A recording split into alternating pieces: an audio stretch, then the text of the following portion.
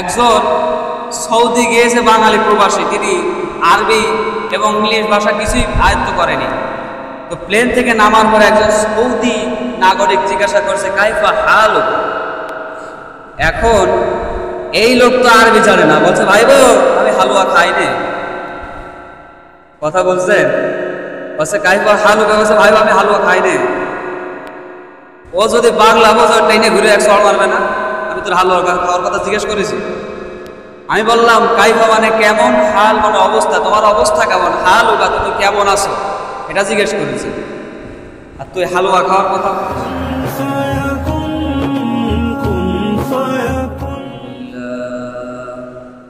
আলহামদুলিল্লাহ নাহমাদুহু ওয়া নাস্তাঈনুহু ওয়া নাস্তাগফিরুহু ওয়া নু'মিনু বিহি ওয়া নাতাওয়াক্কালু আলাইহি ওয়া নাউযু বিল্লাহি মিন শুরুরি আনফুসিনা মান ইয়াহদিহিল্লাহু ফালা মুদিল্লা লাহু ওয়া মান يضلل فلا هادي له ونشهد أن لا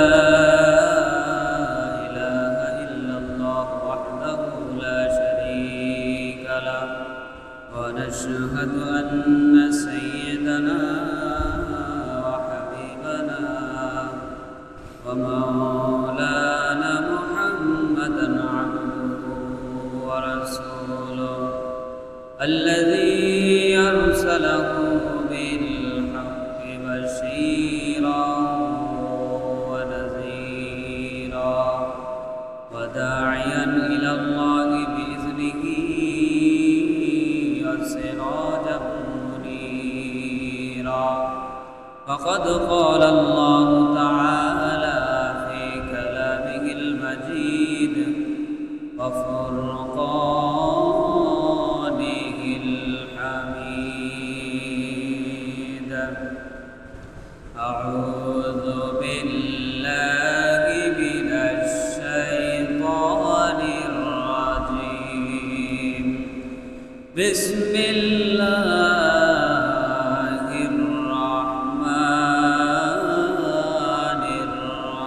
الرحيم. وقال تعالى في شان حبيبه إن الله وملائكته يصلون على النبي يا أيها الذين آمنوا صلوا عليه وسلموا تسليما. اللهم صل على سيدنا مولانا محمد وعلى آل سيدنا مولانا محمد. اللهم صل على سيدنا مولانا محمد وعلى آل سيدنا مولانا محمد.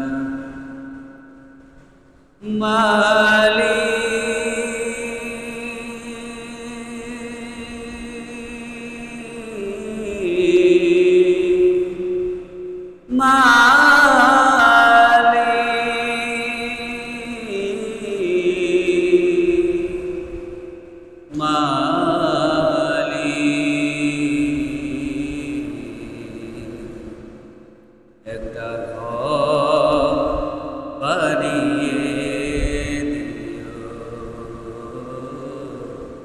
একটা ঘর বানিয়ে দিও। মালিক তুমি জান্নাতে, তোমার কাছে আমার একটা ঘর বানিয়ে দিও, একটা ঘর বানিয়ে দিও। সে বিভীষিকাময় মহাদিনে তোমার প্রতিবেশী করে নিও মালিক তুমি জান্নাতে তোমার কাছে আমার একটা ঘর বানিয়ে দিও একটা ঘর বানিয়ে দিও যেদিন কেহ আসবে না কারো কোনো কাজে যেদিন পাপী পাপের বোঝাই মোর বেলাজে পুল সিরাত পার হতে গিয়ে পিছলে যাবে কত পথি আবার কেহ পুণ্য নিয়ে পার হয়ে যাবে ঠিক ঠিক সে মহাদিনে মহাক্ষণে সে মহাদিনে মহাক্ষণে পার করে তুমি নিও মালিক তুমি জান্নাতে তোমার কাছে আমার একটা ঘর বানিয়ে দিও একটা ঘর বানিয়ে দিও আলহামদুলিল্লাহ আলহামদুলিল্লাহ ওয়াসসালাতু ওয়াসসালামু আলা রাসূলিল্লাহ। সম্মানিত মুসল্লিয়ান ইকরাম, আমরা সর্বপ্রথম শুকরিয়া আদায় করি যে মহান রব্বুল আলামিন আমাদেরকে তার প্রিয় ঘর মসজিদের ভিতরে আসার বসার কিছু বলার কিছু শোনার তৌফিক দান করেছেন। বলছি আলহামদুলিল্লাহ। লক্ষ কোটি দরুদ ও সালাম পেশ করে মহামানবতার কান্ডারি দো জাহানের বাদশার দরবারে যিনি আমাদের মতো নগণ্য মানুষের জন্য সারা জীবন কষ্ট করেছেন, কেঁদেছেন, সকলে বলছি সাল্লাল্লাহু আলাইহি ওয়াসাল্লাম। এরই সাথে মাগফিরাত কামনা করছি।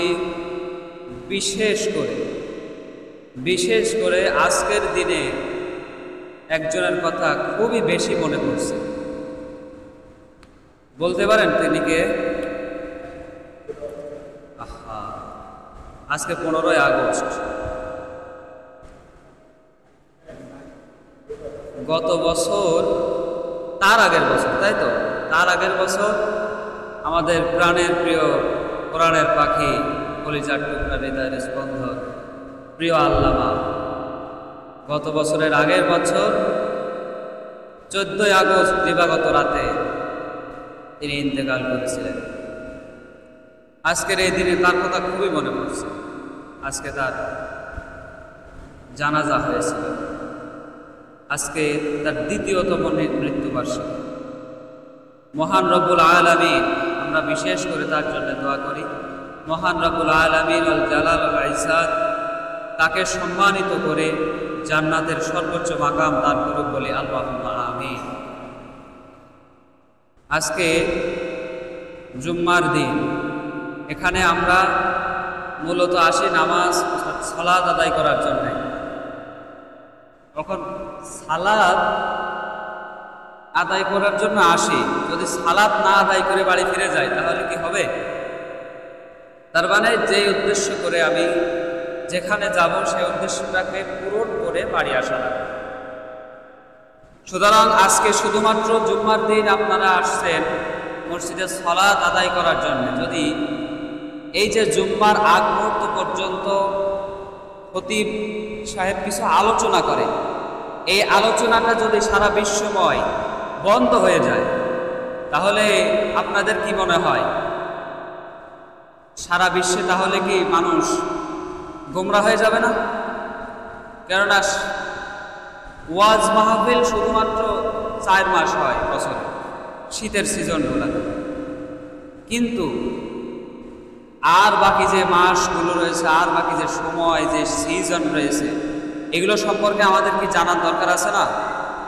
এগুলো সম্পর্কে তথ্য দেয় হলো সেই মসজিদের খতিব সাহেব, প্রত্যেকটা মহল্লার খতিব সাহেব প্রতি সপ্তাহে, যে এই মাসে এই সপ্তাহে কি হচ্ছে, কি হতে চলেছে, কি হয়েছে।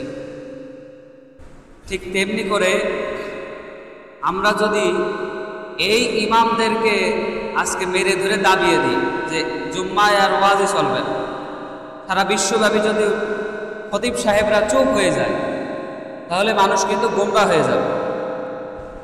আসবে জুম্মার দিন, অন্যান্য দিনের মতো নামাজ পড়ে বাড়ি চলে যাবে, কোনো আলোচনা নয়, খুতবা নয়।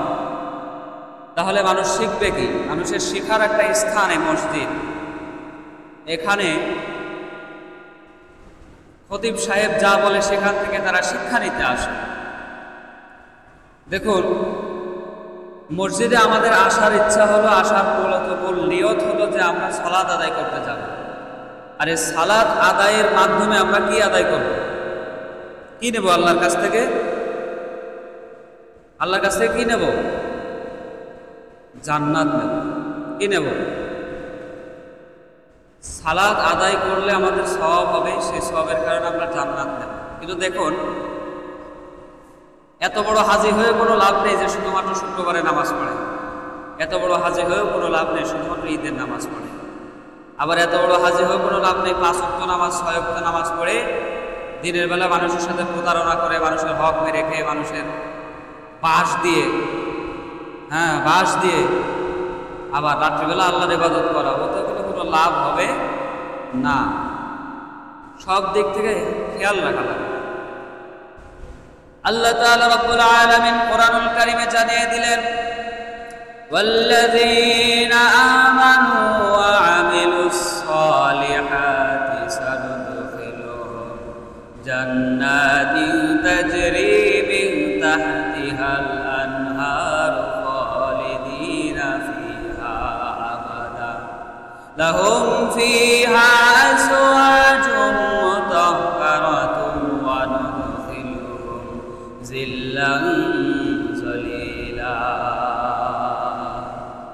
রব্বুল আলামিন কোরআনুল কারীমে সূরা আন-নিসা 5 নম্বর পারা 57 নম্বর আয়াতের ভিতরে জানিয়ে দিলেন, ওয়াল্লাযীনা আমানু, যারা ঈমান এনেছে, যারা আমার আয়াতকে স্বীকার করেছে, যারা আমার আয়াতকে মানে, ওয়াল্লাযীনা আমানু ওয়া আমিলুস সালিহাত, এবং যারা খাঁটি আমল করেছে, খাঁটি আমলটাকে আদায় করে নিয়েছে, সঠিক কাজ করেছে, কোনো বেঠিক কাজ করেনি।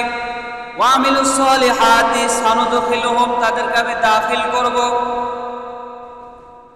দাখিল মানে হাজির করা, সানুদখিলুহুম মানে হাজির করব, আমি তাদেরকে হাজির করব, সানুদখিলুহুম দাখিল করব, জান্নাতিন তাজরি মিন তাহতিহাল আনহার খালিদিনা ফিহা আবাদা, এমন জায়গায় হাজির করব, এমন জায়গায় তাদেরকে নিয়ে দেব, যেই জায়গায়, যেই বাগানে, এমন বাগানে তাদেরকে নিয়ে দেব, তাহতিহাল আনহার, যে বাগানের নিচ দিয়ে ঝর্ণা ধারা হয়ে যাবে।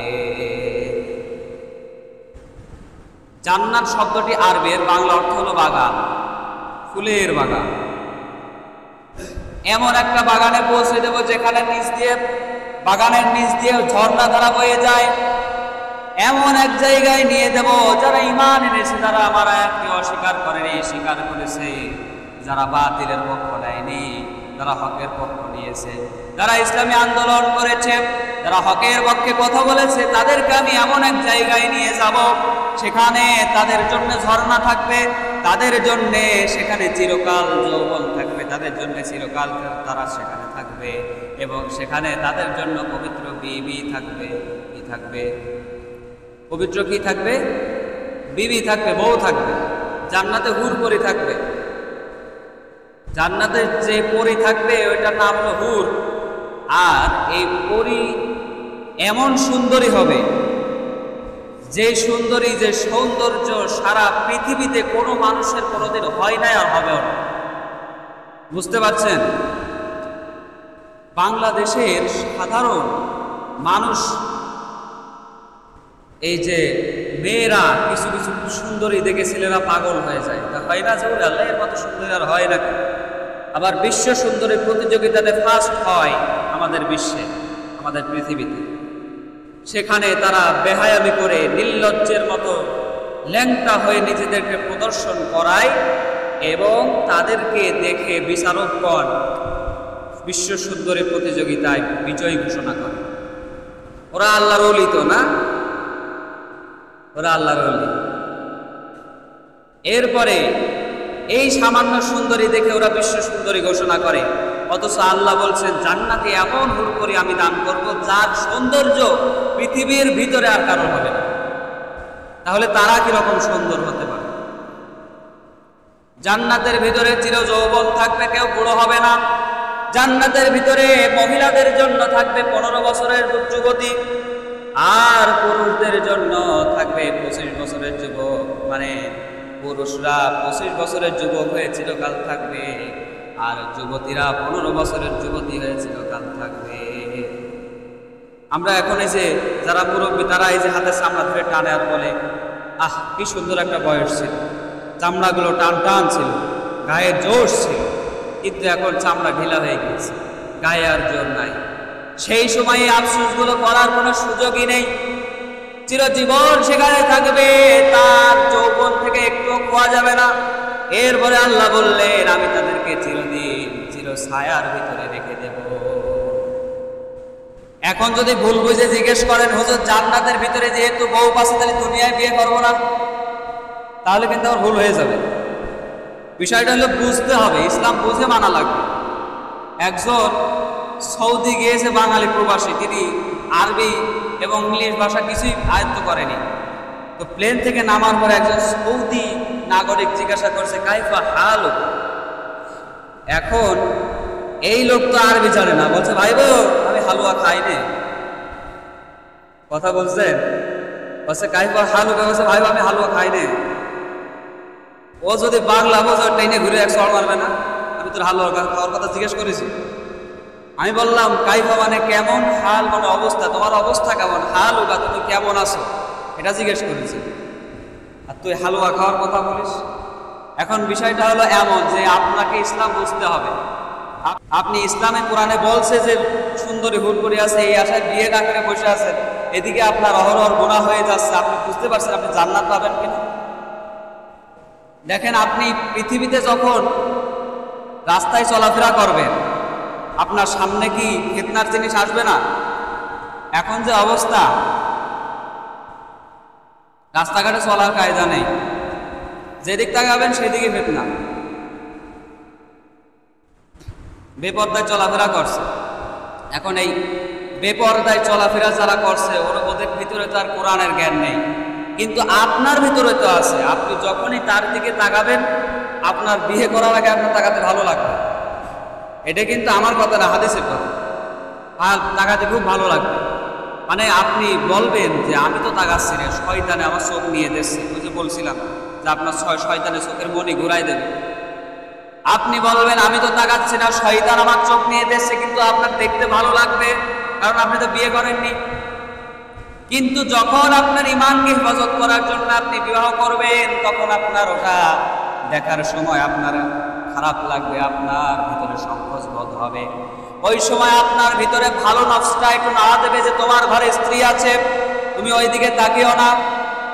এই জন্যে বিয়ে করা দরকার। আবার এই যে বললাম জান্নাতে হুড়কড়ি আছে, এই আশায় যদি কেউ বিয়ে না করে বসে থাকে, ওই তাগাই তাগাই যে পরিমাণ গুনাহ করবে ও জান্নাতি কপালে জুটবে না,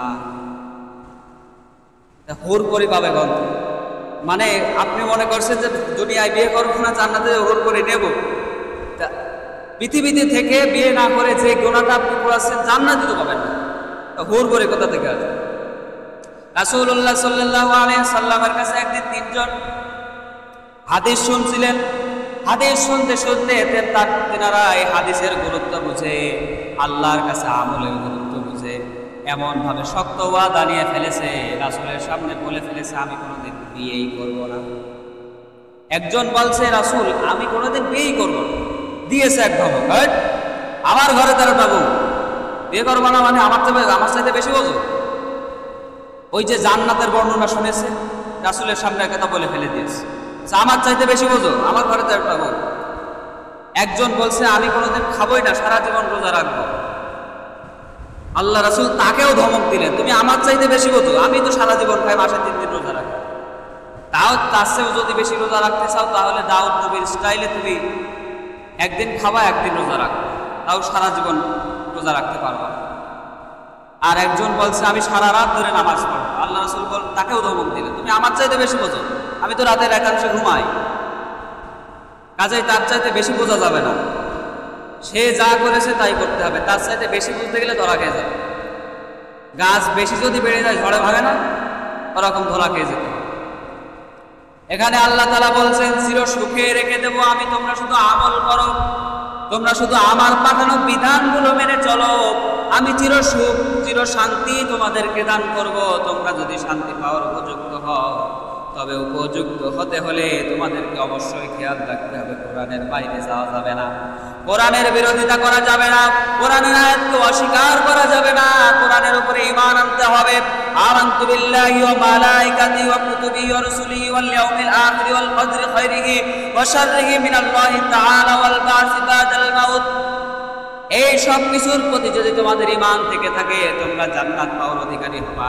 তার আগে কোনোদিন জান্নাত পাওয়ার অধিকারী হবে বলে নিজেদেরকে দেব না। কোরআনের বিরুদ্ধে অবস্থান করে জান্নাত পাওয়ার আশা বাদ দেন। কোরআনের বিরুদ্ধে যারা অবস্থান করে জান্নাত স্বপ্নে দেখাও বাদ দিতে হবে। কারণ আল্লাহ বলছে আমানতু বিল্লাহি ওয়া মালাইকাতিহি ওয়া কুতুবিহি, যারা আমার কিতাব সমূহের উপর ঈমান আনবে না, আমার কিতাব সমূহকে বিশ্বাস করবে না, আমার আয়াত সমূহকে অস্বীকার করবে, আমার কিতাব সমূহের বিরুদ্ধে চলবে, তারা ঈমান আনলো না এবং তারা জাহান্নামে চলে যাবে। তার মানে আমানতু বিল্লাহি আল্লাহর উপরে, ওয়া মালাইকাতিহি ফেরেশতাদের উপরে, কুতুবিহি কিতাবগুলোর উপরে, ওয়া রুসুলিহি কুতুবিহি এটা শুধু কোরআনের কথা কিন্তু বলেনি, কুতুবিহি এখানে বহু বছর জমা, এটা প্লুরাল নাম্বার। এখানে আল্লাহ বলছেন যে আমার কিতাব সমূহ যতগুলো আছে, আল্লাহর কিতাব সমূহ এর আগে যতগুলো ছিল, এগুলোকে বিশ্বাস করতে হবে, এগুলো মানতে হবে না, বিশ্বাস করতে হবে। কেননা কোরআন এসে ওগুলোকে রহিত করে দিয়েছে। আর রাসূলের বর্ণনা করা হাদিসগুলো, এগুলো মানতে হবে। এরপরে ওয়াল ইয়াউমিল আখির এবং শেষ দিবসকে, ওয়াল কদরি খাইরিহি ওয়া শাররিহি মিনাল্লাহি তাআলা ওয়াল বা'সি বাদাল মাউত, মৃত্যুর দিনকে, তোমার ভালো মন্দ ভাগ্যকে, এগুলো সব কিছুকে বিশ্বাস করতে হবে। না বিশ্বাস করা পর্যন্ত তোমাদের ঈমান ও পরিপূর্ণতা পাবে না এবং তোমরা জান্নাতেও যাওয়ার অধিকার পাবে না। এখন যারা কোরআনের বিরোধিতা করে ওরা দুইটা জিনিস খেলাফ করছে, এখানে একটু খেয়াল করে দেখেন। আমরা জানি আখিরাতে আমাদের সকলের বিচার হবে, এখন যারা কোরআনের বিরোধিতা করে ওরা আখিরাতে বিচার হবে এই বিষয়টা অমান্য করল। যদি আখিরাতে বিচার হবে এই ভয়টা নিজের ভিতরে থাকতো, তাহলে দুনিয়ার উপরে কোরআনের বিরোধিতা করার সাহস করতে পারত না। এরপরে আরেকটা জিনিসকে খেলাফ করছে, ওয়া কুতুবিহি কিতাবগুলোকে, কোরআনের আয়াত যখন বর্ণনা করছে কোরআনের আয়াতকে মিথ্যা বলে উড়িয়ে দিচ্ছে, কোরআনের আয়াতের বিরুদ্ধে কথা বলছে, এই দুইটা জিনিসকে তারা খেলাফ করছে। এখন যদি তারা মনে করে 5 ওয়াক্ত নামাজ পড়ি, রোজা রাখি, হজ করি, যাকাত দেই, ঈমান এনেছি আল্লাহর পরে, যেই যা করি না কেন সব কিছু তো আমার ঠিকঠাক, আমি জান্নাতি কনফার্ম, আমি বলতে চাই জেগে জেগে স্বপ্ন দেখো না। দুইটা জিনিস খিলাফ করে জান্নাতে যেতে চাস, যাই জেগে জেগে স্বপ্ন দেখা ভালো না। আল্লাহ তাআলা এরপরে আরো বললেন, সূরা নিসা 5 নম্বর পারা 122 নম্বর আয়াত, ওয়াল্লাযীনা আমানু ওয়া আমিলুস সালিহাতি সানুদখিলুহুম জান্নাতিন তাজরি মিন তাহতিহাল আনহারু খালিদিনা ফিহা আবাদা ওয়া'দাল্লাহি হাক্কান ওয়া মান আসদাকু মিনাল্লাহি কিলা। আল্লাহ বললেন ওয়াল্লাযীনা আমানু, যারা ঈমান এনেছে এবং ওয়া আমিলুস সালিহাতি সঠিক আমল করেছে, এবং তাদেরকে আমি এমন বাগানে দাখিল করব আগের আয়াতের মতো, যেখানে যার নিচ দিয়ে আনহার ঝর্ণা ধারা বয়ে যাবে, শান্তির নদী বয়ে যাবে, এবং এটা আল্লাহর খাঁটি ওয়াদা, ওয়াদাল্লাহি হাক্কান। এবং আল্লাহ এরপরে নিজের সাক্ষী নিজেই দিচ্ছেন, ওয়াদাল্লাহি হাক্কান ওয়া মান আসদাকু মিনাল্লাহি কিলা, আমার চাইতে সত্যবাদী আর কে হতে পারে? ওয়াদাল্লাহি হাক্কু ওয়া মান আসদাকু, সত্যবাদী, মিনাল্লাহি কিলা, আর কে হতে পারে আমাকে জবাব দাও। আর আপনার কোন নেতা আছে বাংলার জমিনে যে দেখাবে আল্লাহর সাথে সত্যবাদী আমি? কেউ পারবে? আপনার কোন বাবা আছে, কোন নেতা আছে, কোন পীর আছে যে জান্নাতের গ্যারান্টি দিতে পারবে, যে বলতে পারবে আল্লাহর চাইতে বড় সত্যবাদী আমি? অথচ আল্লাহ নিজে বলছেন সাদাকাল্লাহুল আযীম, আমার চাইতে বড় সত্যবাদী হতে পারে না, আমি সব চাইতে বড় সত্যবাদী। এই যে আমরা কোরআন তেলাওয়াতের পরে পড়ি না সাদাকাল্লাহুল আলিয়্যুল আযীম পড়ি না, এর অর্থ হলো সাদাকা মানে সত্যবাদী, হুল মানে আল্লাহ, আলিউল আযীম রহমান রহিম, বড় ক্ষমতাশীল মালিক আল্লাহ সবচাইতে বড় সত্যবাদী। আল্লাহ যা বলেছে সত্য বলেছে। সাদাকাল্লাহুল আযীম এর অর্থ হলো আল্লাহ তাআলা যা বলেছে সত্য বলেছেন, তার মানে আমরাই প্রমাণ দিয়ে দিই। কিন্তু এরপরেও যদি মাতব্বরি করে কেউ যদি বলে আরে আল্লাহ কি ঠেকাতে পারবে, আমার নেতা এই করে ফেলাই দিয়েছে, এমন বাস খাওয়ানে আল্লাহ ঠেকাবে কি করবে তখন টের পাবে। ভুল বলেছি নাকি? আল্লাহ বলছে আমি সত্যবাদী, আমার চাইতে বড় সত্যবাদী কেউ নাই। ওয়াদাল্লাহি হাক্কু ওয়া মান আসদাকু মিনাল্লাহি কিলা, আর উনি ওনার নেতার দোহাই দিয়ে যাচ্ছে এমন ধরা খাবা, আল্লাহ এমন পেছে ফেলবে বাবের নাম ডাকার সুযোগ দিতে পারবে। কোরআনের আয়াতকে মানতে হবে এবং বুঝে শুনে মানতে হবে। ওই যে বললাম ভাইপো আমি তো হালুয়া খাই রে, ওরকম মানলে আবার বিপদে পড়ে যাবে, ওরকম মানলে আবার বিপদে পড়ে যাবে। কেননা আল্লাহ বলছেন যে আমি তোমাদেরকে জান্নাত দেব, জান্নাত পাওয়ার অর্জন করার জন্য তোমাদের সেই উপযুক্ত হতে হবে। এখন আপনি দিনভর বেড়ি টেনে যদি শেষকালে পর আমি জান্নাত দেব তো হবে? হবে না তো। এগুলো মানতে হবে। মনে রাখবেন আমাদের প্রত্যেকটা জিনিস বুঝে শুনে মানা দরকার। এরপরে আমরা যে পড়ালেখা করি, যে যাই পড়ি না কেন, সায়েন্স, আর্টস, কমার্স, যাই পড়ালেখা করি না কেন, এরপরে মেডিকেল, মানে পৃথিবীতে যত ধরনের পড়ালেখা করি না কেন সব কিছু বুঝে শুনে যদি করতে পারি, সব কিছু যদি আল্লাহর জন্য করি, তাহলে সওয়াবও আছে এবং লাভও আছে। দেখেন সনাতন ধর্মে যে ধর্মগ্রন্থ কি বলে ওটারে, গীতা, ভগবত গীতা, এটাকেও যদি আল্লাহকে খুশি করার জন্য কেউ জানে, বুঝার জন্য পড়ে, মানার জন্য না, কেউ বুঝার জন্য যদি কেউ পড়ে, শিক্ষা করে আল্লাহকে খুশি করার জন্য, তাহলে তাতে সওয়াব রয়েছে, তাহলে তাতে কি রয়েছে? সওয়াব রয়েছে।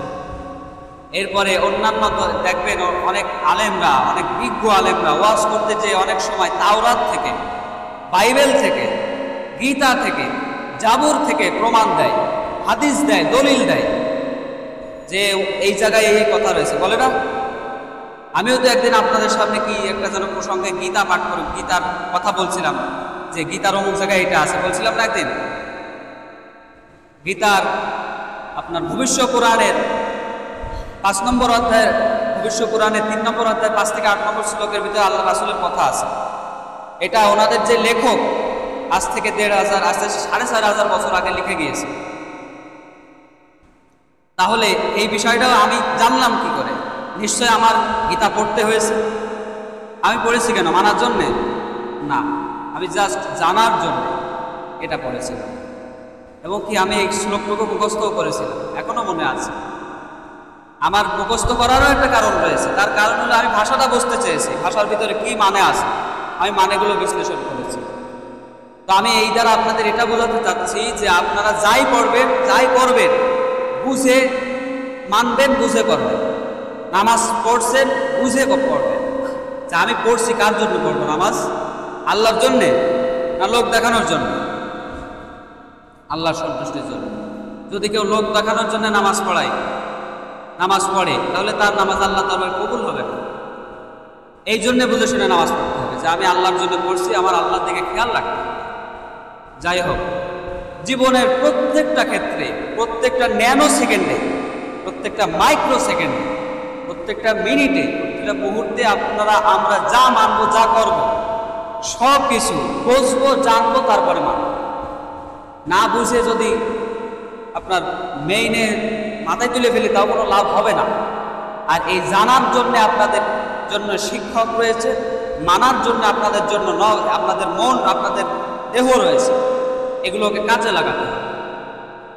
জানার জন্য শিক্ষক রয়েছে, ইমাম সাহেব রয়েছে, আপনাদের স্কুল টিচার রয়েছে, ওয়াজ মাহফিল হয়, এগুলো সব আপনাদের টিচার। আমি আপনাদের শিক্ষক এখনকার জন্য। মাহফিলে প্রধান বক্তা, দ্বিতীয় বক্তা যখন হবে, তারা আপনাদের শিক্ষক, আমাদের শিক্ষক। স্কুল টিচাররা আমাদের শিক্ষক।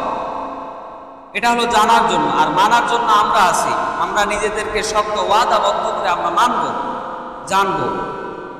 আর যদি আমরা না জেনেই মানি তাহলে ভুল হবে, সে ভুল আমাদের কোনো কাজে আসবে। যাই হোক, আমার আল্লাহ রাব্বুল আলামিন আমাদের সকলকে এই সকল বিষয়গুলো বোঝার, শোনার এবং মেনে চলার তৌফিক দান করুক বলে আল্লাহুম্মা আমিন।